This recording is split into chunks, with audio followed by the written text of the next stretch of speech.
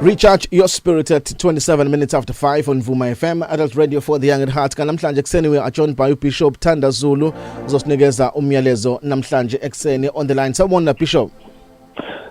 Sikodwa ngubingelele mfowethu kanye nabalaleli bonke bomsakazo iVuma FM ekseni. Siyabingelela Bishop. Thank you very much for joining us namhlanje ekseni. It's always an honor to have Bishop on the show. Siyabonga kakhulu ngokuthi ube kanye nathi mfundisi wami. Mhlawumbe asikhumbuze umlalelo la njengamanje ukuthi uqhamuka kulephi ibandla uBishop Thanda Zulu. Kuyintokozo nakumina Zikode ukuba nami ngibe nani ekseni namhlanje. uBishop Thanda Zulu ula eMandeni, ukhona ke nakwezinye indawo, ula eMandeni ebandleni okuthiwa iUtterance of His Voice Bible Church International ngokufinqiwe sithi EUVBCI. Yeah. Alright, siyabonga Bishop. Asivele singene ngqo kumyalezo namhlanje ekseni siza ukuthi uthini umyalezo uNkulunkulu akasiphathele wona ekseni. Asithi kumlaleli nje ekseni namhlanje kulolu hlelo lwakho olumnandi nolubusisayo lapha encwadini yeZaga chapter number 4. Yeah. Ngisizothatha nje iverse elilodwa, sithathe uverse number 12. Mhlasimbe no 13 naye singamngezelela. Yeah. La khona izwi lenkosi lithi ekuhambeni kwakho isinyathelo asinakuvinjelwa. Nasekugijimeni kwakho awuyukukhubeka. Belela ekulayini ungayeki ulonde ngokuba kungukuphila kwakho. Izwi lakho baba khuluma ngale ekseni sathandaza nomlaleli egameni lika Jesu. Amen. Amen. Amazwi akhulunywa indoda endala, akhulunywa uDavid, wakhuluma endodaneni yakhe uSolomoni. Maye wakhuluma kuSolomoni ke umluleka ngokuhlakanipha, amluleke uma ifika kuverse number 12 ebesethi ke lezi zinto enguyala ngazo ehambeni kwakho isinyathelo sakho asinakuvinjelwa. Athi nasekugijimeni kwakho awuyukukhubeka as long as uzobambelela ekuyaleni ukulonde ngokuba kuuphila kwakho. Ekseni namhlanje mangiza kumlaleli through ama ways evuma kule mega hour grace. Yeah. Ngizomemezela nje into ethi masivuka namhlanje ekseni, vuka nento ethi ekuhambeni kwakho namhlanje kusukela manje isinyathelo osithathayo mhlobo wami ngeke savinjelwa. Ngoba ukuhamba noNkulunkulu ongavinjelwa. Ulwandle uMisrael ephuma eGibhithe lwehluleka ukumvimbela ehamba noMose. Ithuna uJesu sefakwe kulo abantu ngaphezulu bekhuluma bathi uneyinsuku uyanuka. Kodwa masifika uJesu nethuna lahluleka ukumvimbela. Naye uqobo ekseni kwakhe uma uJesu sefile ngosuku lesithathu wavuka umhlaba wehluleka ukumvimbela. Uma sikhuluma ngoPaul benosila bevalele entilongweni, bevalele beshayiwe, kodwa uma ibandla lithandaza netilongo lahluleka ukubavimbela. Okusho ukuthi namhlanje uma umkholwa lo Nkulunkulu yikho uDavid indoda ehambe noNkulunkulu wazwafakaza wathi lo uyisitsha sokuphatha uyinhliziyo yami. Ngamanye amagama awunakuvinjela lela mlaleli, zikhona izinto ezikuvimbelayo. Ngenzeka ibackground yakho ozaleke ngayo iyakuvimbela emathubeni, iyakuvimbela ezintweni ezithile. Ngenzeka kunabantu abamendleleni yempumelelo yakho bayakuvimbela, kodwa as the prophet and as a man of God I have come this morning usuku liqala ngizothi kuwe ehambeni kwakho isinyathelo sakho angeke savishelwa.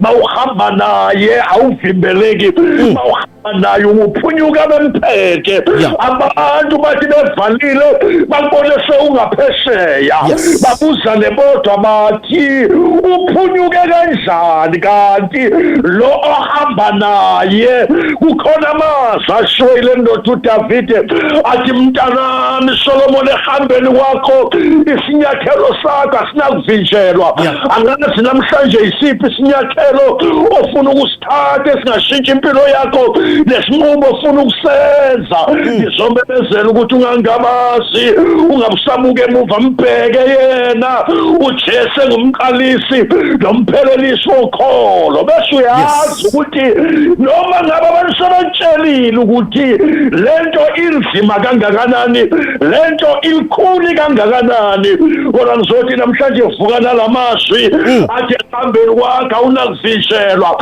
abekho abantu abangakuvimbela wena ngoba uhamba ngonyama yomndeni kaJuda abekho azikho izimo engavimbela wena lalela mntaka baba ungabusahlala phansi busokubalisa ngezinto ezikuvimbela izolo kodwa namhlanje suku ukuthi uNkulunkulu angimemezele lento empilweni yakho ukuthi ehanjweni kwakho awunakuvinjela. In other words, there is nothing that can block your way.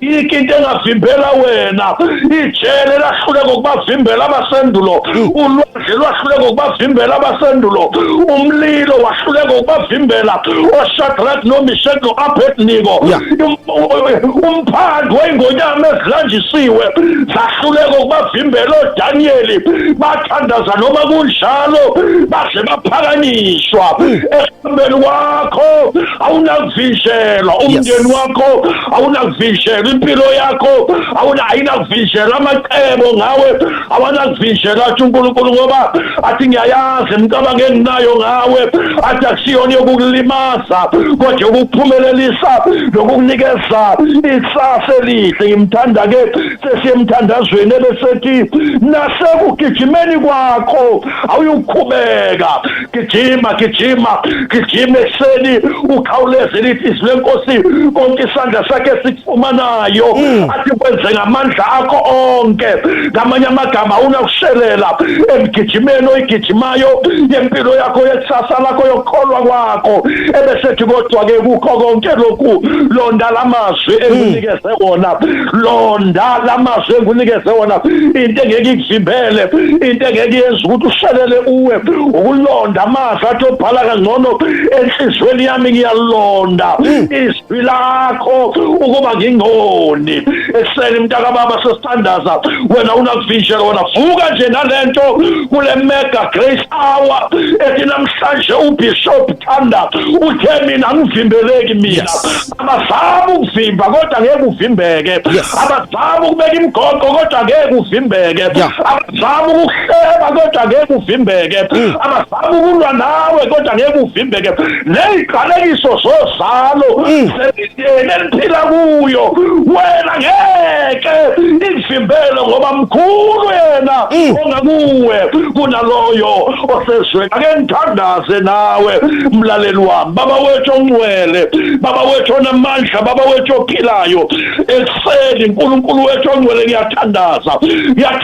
amafunga angajiki ngiyathandaza nginguye ngiyathandaza wena bewukhona izolo uwe namhlanje uwe naphakade ngithandazela abalaleli abanye babevuka kulezi insuku esibhekene naso babona amandla onke bavuka baphela amandla kodwa sithandaze ekuseni ngizothi kubo amandla ongavimbeleki amandla uNkulunkulu wethu ongcwele awabasibekela abanye bavuka imisebenzi abayitholi abanye njengoba sivuka bavuka bayagula abanye baseyibhedlela abanye base-ICU abanye into zabayihlangani kodwa through the waves of iVuma FM ngithumela amandla amen zabo ngithumela amandla einkingeni zabo ngithumela amandla kuma-situations abadlula kuwo ngithi Nkosi vuka phezu kwempilo yabo ubonakala ubanqobela othe wona lokhu kuyinqobo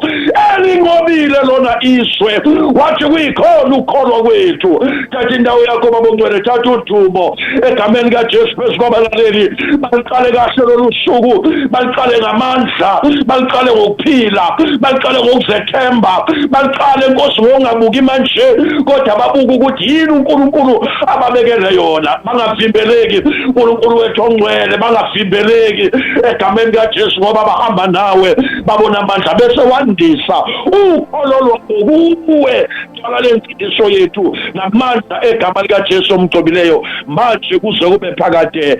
Amen and amen. Amen. Thank you very much, Bishop, for a powerful message. Ekseni sebanga kakhulu, Bishop. Amina kakhulu zikodwa uNkulunkulu anibusise. Isinyathelo sakhe sinakuvinjela kunoma yini oyenzayo. Amen. Message namandla kaBishop Thanda Zulu namhlanje ekseni. This is Mega Grace Hour on Vuma FM. Send me your verses. Mangibuye ngizobe ngifunda ama messages akho namhlanje ekseni kwi Mega Grace Hour on Vuma FM ya Facebook, Mega Grace Hour on Vuma FM 0659337172. Ngitshela ukuthi uthini verse ovuka ngalo namhlanje ekseni. Good morning.